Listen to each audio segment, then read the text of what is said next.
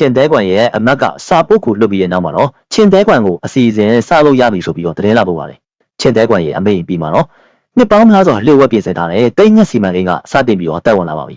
ချင်းမီသားစုကလျှို့ဝှက်စွာနေကျင့်ပေးထားတဲ့တိတ်ငှက်၃ကောင်တွေကတကောင်ဖြစ်တဲ့ကျွမ်းချင်းကရှန်ကွမ်မိသားစုတွေမှာနှစ်ပေါင်းများစွာတိုင်အောင်သစ္စာခံအဖြစ်ခိုးဝင်နေခဲ့တာပါအချိန်ရောက်လာတဲ့အခါမှာတော့သူကရှန်ကွမ်ဟုံကိုလှုပ်ကြံတက်ဖြတ်ပြီးတော့အပြစ်ကိုရှမ်းမိသားစုစီကိုလွှဲချလိုက်တယ်လေအခုတော့သူကရှန်ကွမ်မိသားစုတစ်ခုလုံးကိုအုပ်စိုးနေပါပြီ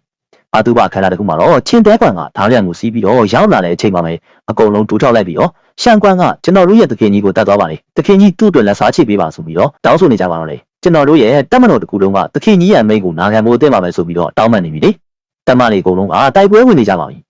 ရှမ်းစစ်တပ်တွေကတော့တောက်လျှောက်ကိုရှုံးနေတာပါတစ်ဖက်မှာတော့ချူအင်ပါယာရဲ့နန်းတော်တွေမှာအေကေမင်းရှန်ကွမ်တယောက်ချင်းတဲကွမ်ကသူ့ရဲ့အစီအစဉ်တွေအားလုံးကိုဖျက်ဆီးပစ်လိုက်လို့ဒေါသတကြီးနဲ့အော်ဟစ်နေပြီလေဘင်းတို့ကောင်တွေတကောင်းမှသုံးမကြဘူးဆိုတော့မဟုတ်ဘူးရှန်ကွမ်ဟုံကိုတက်ပြီးတော့ကျွန်တော်တို့ကိုပြစ်ပုံချသွားလို့အခုလိုဖြစ်ကုန်တာဆိုပြီးရှင်းပြနေရပါတယ်အဲ့ဒီချိန်မှာပဲအခန်းထဲကိုအတိုးကျတဲ့အကြောင်းပြချက်တွေပဲမင်းအိတ်ဖြစ်လာတာငါတို့မိသားစုရဲ့အမွေနှစ်ကိုတကယ်ကိုထိခိုက်စေတယ်ဆိုတဲ့အတန်နဲ့တူလူကြီးတယောက်ဝင်ရောက်လာပါတော့တယ်ရှန်ကွမ်တယောက်အသေးအတန်တူထောက်လိုက်ပြီးတော့ကျွန်တော်ပြစ်မဟုတ်ပါဘူးချင်းတဲကွမ်ကထီးနှန်းကိုလောဘတက်နေတာသူကတစ္ဆာဖောက်ပြီးပုံကံမှုကြံစီနေတာကြားပြီဆိုပြီးပြောလိုက်တော့သူကဘာကိုတစ္ဆာဖောက်ရမှာလဲမင်းကသူ့မိန်းမကိုမတတ်ခဲ့ဘူးဆိုရင်သူကတစ္ဆာဖောက်ဖို့အကြောင်းပြချက်မရှိဘူးဆိုပြီးတော့ငေါ့လိုက်ပြီလေပြီးတာနဲ့အုတ်ဆောင်ကိုပကံပြားနဲ့ပြစ်ပြီးတော့ဖြတ်လိုက်ပါတယ်အေးရွေးရှန်ကွမ်တယောက်လမ်းဖြန့်ပြီးတော့ပါဇက်ပိတ်သွားပြီလေပြီးရနဲ့ဒီနေ့ကစပြီးတော့အရာအလုံးကိုငါမဲဆုံးဖြတ်ပေးမယ်မင်းသွားပြီးတော့ကို့အမားကိုတုံတက်နေလိုက်တော့ဆိုပြီးပြောလိုက်ပါတယ်ပြုတ်ကျနေတဲ့ဦးဆောင်ကိုကြိုက်လိုက်တော့ထားခဲ့ဆိုပြီးပြောလိုက်ပါတယ်မိဖုရားကိုခေါ်ပြီးထွက်သွားမယ်လို့တော့လေထားခဲ့ဆိုပြီးပြောလိုက်ပြီလေဟိုကောင်ကတော့မိဖုရားကိုထားပြီးထွက်သွားရပါပြီပြီးရနဲ့မိဖုရားရဲ့ပါကိုဆွဲလိုက်ပြီးတော့ချိန်တော်ကပုံကန်တာကိုဘယ်နည်းနဲ့မှလက်မခံနိုင်ဘူးဆိုပြီးပြောလိုက်ပြီလေပြီးရနဲ့ဝူဒီကိုခေါ်ပြီးတော့ချင်းတဲခွန်ရဲ့စစ်တပ်စီကိုရောက်လာကြပါပြီဝူဒီကတော့ရောက်ရောက်ချင်းကြာစီတက်တဲ့ကိုဝင်သွားပြီးတော့အကုန်လုံးကိုတက်ဖြတ်နေပါလေအဖိုးကြီးကလည်းဝင်တိုက်ပါလေရှမ်းရှင်းစင်းမရောက်တိုက်တာကိုကြာစီစစ်တပ်ကလည်းဘာမှမတတ်နိုင်တော့ဘဲနဲ့တော်တော်များများဟောက်ကုန်ပါလေအဲ့ဒီချိန်နှေပြန်ကြီးတွေရောက်လာပါတယ်အဖိုးကြီးကတော့ဓာတ်တွေအကုန်စုလိုက်ပြီးတော့နှေပြန်တွေကိုဖြစ်လိုက်တာနှေပြန်တွေလည်းပြကြကုန်ပါပြီခြေလျင်တက်တွေကလည်းအကုန်မှောက်ကုန်ပြီလေပြီးရနဲ့ခြေအိမ်ကသားငယ်ထွက်ခဲ့တာဆိုပြီးစိတ်ပေါ်နေပါလေချင်းတဲခွက်ရဲ့အမတ်ကတော့ရှမ်းရှင်းစင်းကလာတိုက်နေတာဘယင်ကဘာမှမလုပ်ဘူးလားဆိုပြီးတော့မေးနေပြီလေရောက်လာတာကရှမ်းမိသားစုရဲ့အတော်ဆုံးလို့လာတဲ့နာတော့လာမှာပဲဆိုပြီးတော့ဘူးတစ်ခုကိုပေးလိုက်ပါလေဒါပြန်မလာရင်ဘူးကိုဖွင့်ပြီးတော့ငါမှားထားတဲ့အတိုင်းလုပ်ဆိုပြီးပြောပြီးထွက်သွားပြီလေ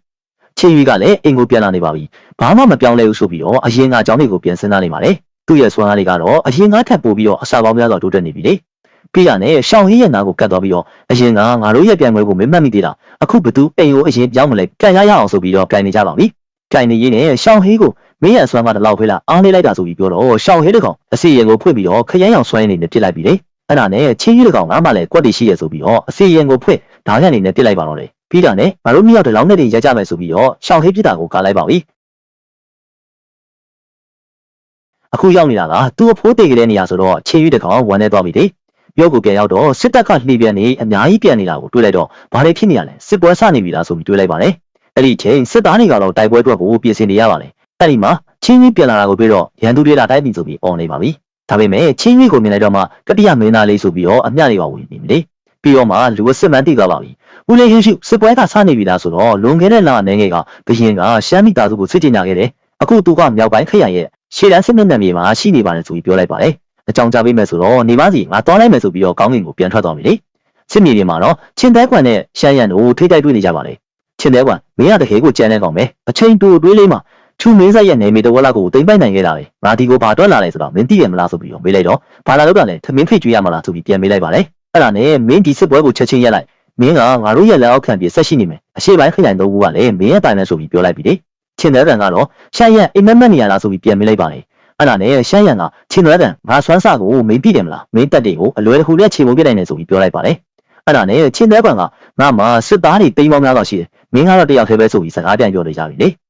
ငါအခုမင်းကိုတတ်လိုက်မယ်ဆိုရင်ဘယ်လိုလုပ်မလဲဆိုတော့ငါသိရင်မင်းတို့တိုင်းပြည်ကိုပြတ်အောင်တိုက်ဖို့မှားထားတယ်ဆိုပြီးပြောလိုက်ပါလေနောက်ဆုံးမှာတော့စစ်ပွဲရပ်ဖို့သူတို့နှစ်ဦးစလုံးသဘောတူညီချက်တစ်ခုကိုရခဲ့ပါတယ်ဒါပေမဲ့ချင်းတက်တွေစုံခေါ်သွားတဲ့အချိန်မှာပဲရှမ်းရံကသူ့ရဲ့မြေတက်တွေကိုလွတ်ပြီးတော့အပြစ်မှကြံခဲ့တဲ့ချင်းတက်တွေကိုတောက်လျှောက်တက်ဖြတ်ပါတော့လေချင်းတက်တွေကတော့မျိုးထဲမှာပဲနေထိုင်ပြီးတော့အခြေအနေကိုစောင့်ကြည့်နေရပါတော့လေချင်းတဲကွမ်တယောက်သူ့ရဲ့တဲတွဲမှာပဲစိတ်ပြက်လက်ပြက်နဲ့ထိုင်နေတဲ့အချိန်မှာချင်းကြီးတကောင်ရောက်ချလာပါပြီရရောက်တော့မိဖို့ဘေးမှာအဖေနဲ့တား၃ယောက်ကျန်တဲ့ဦးလေးဖုံတို့နဲ့ပါထိုင်ပြီးတော့တော်တော်ရွှင်ရွှင်စကားပြောဆိုနေကြပါလေပြေးပြီးထင်းတဲ့သားနဲ့ဒီလိုပြန်ပြီးဆုံတည်ရတဲ့မြင်ကွင်းကတော့တကယ်ကိုကြည်နူးစရာပါပဲ အကိုကြီးချင်းမုံကတော့မင်းရဲ့ကံလေးကတကယ်ကိုကျန်းလာပဲဆိုပြီးပြောလိုက်တော့အဲ့ထက်ကျန်းလာရှိသေးတယ်ဆိုပြီးငကားကြောက်ချင်းနေလိုက်တတာကိုခံရတဲ့အကြောင်းပါပြောလိုက်ပါတော့လေဦးလေးဖုံကဒါကဒန္နာကြီးတွေကရှားပါတဲ့နတ်သားရဲတော့မယ်မင်းနဲ့ရှောင်းဟေးကဘလို့လုပ်ပြီးသူ့လက်ကလွတ်လာတယ်ဆိုပြီးမေးလိုက်ရမယ်လေအဲ့ဒါနဲ့လန်တော့ဘက်မှာဖိနက်နီတကောင်နဲ့တွားတော့သူတို့နှစ်ကောင်ကိုရန်တိုက်ပေးပြီးတော့ထွက်ပြေးဖို့ချိန်ရခဲ့တာမဟုတ်ရင်ငကားကြောက်ချင်းနေစားတာကိုခံလိုက်ရမှသိရတယ်ဆိုပြီးပြောပြနေပါတယ်ချင်းကြီးရဲ့စကားလေးကိုနားထောင်ရင်းနဲ့ချင်းသေးကန်တယောက်ပြောနေပါတယ်ပြီးတော့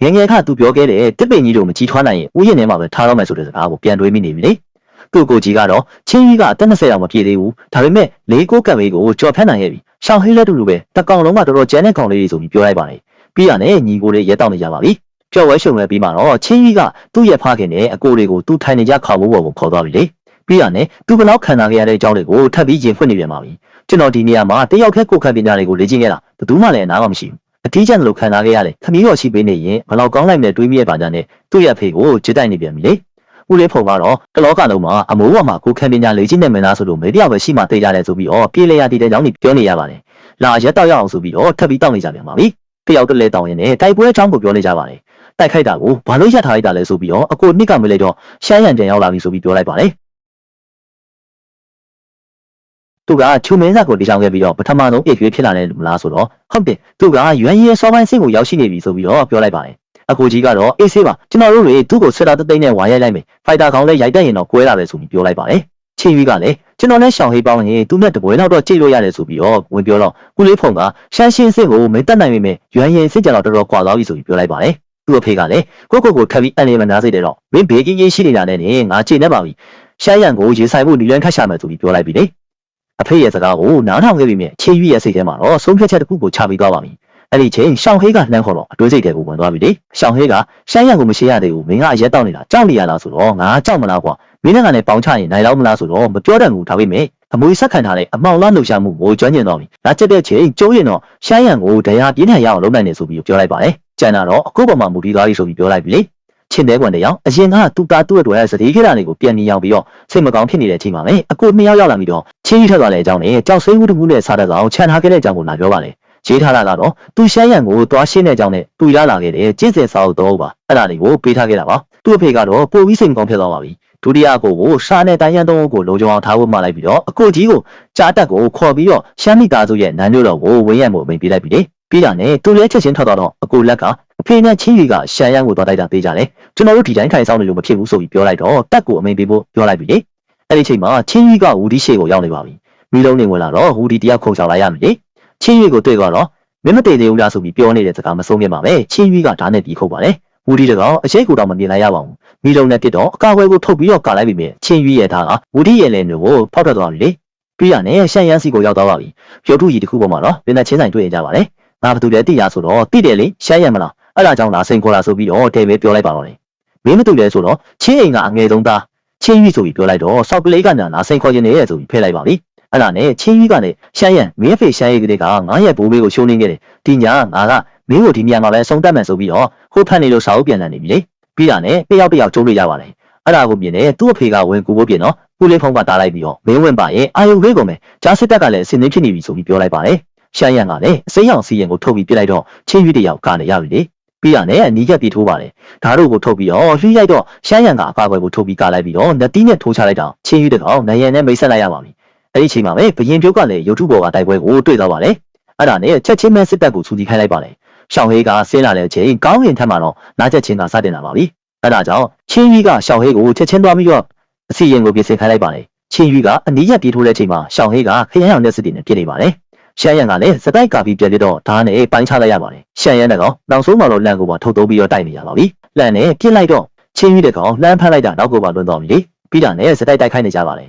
ဓာတ်ပြန်နေနဲ့စတိုက်ပြစ်တော့ရှောင်းရင်းနဲ့ရှောင်းဟေးကိုလှမ်းနဲ့ပြီးထိုးပါတယ်အဲ့ဒီချိန်မှာလားကတော့အကုန်ကျက်သွားပါပြီအဖိုးကြီးကလှမ်းနဲ့ထိုးလိုက်ပြီမယ်ရှောင်းဟေးကအမောင်လားကျင်းစင်ကုန်လိုက်ပါတယ်ခရမ်းရောက်လာတဲ့နှစ်ခုပါအဖိုးကြီးရဲ့နောက်ကိုစတိုက်လိုက်တိုင်နေပြီလေချင်းကြီးကတော့ရှောင်းဟေးမစိုးဘူးမားလဲပဲဆိုပြီးတော့ကျဲစုဝဲကျက်ကုန်းလုံးပေါက်ရင်တိုင်းကိုထုတ်သုံးလိုက်ပါတယ်ရှမ်းရံကောင်ဘောက်ရှောက်ဖိသွားတဲ့ချိန်မှာပဲလက်သီးနဲ့မှပြေးထိုးလိုက်ပါပြီအဲ့ဒီချိန်မနိုင်မှန်းတီးတော့ရှမ်းရံကောင်ကိုဖောက်ခွဲလိုက်ပြီလေဘရင်ကျုပ်ကတော့မြေမော်ကပါပြုတ်ကြကုန်ပါပြီနာထုံတဲ့သူတွေကိုပါရံပတ်လုံနေပါတယ်ကြောက်ရွံ့ထုကြီးကပြိုကျသွားပြီးတော့ပောက်ကွဲတဲ့ထွဲပါသွားတဲ့ချင်းကြီးနဲ့ရှောင်းဟေးကလည်းပြေးသလားချစ်သလားမသိရလို့ချင်းတဲပန်တယောက်လောင်နေပြီလေ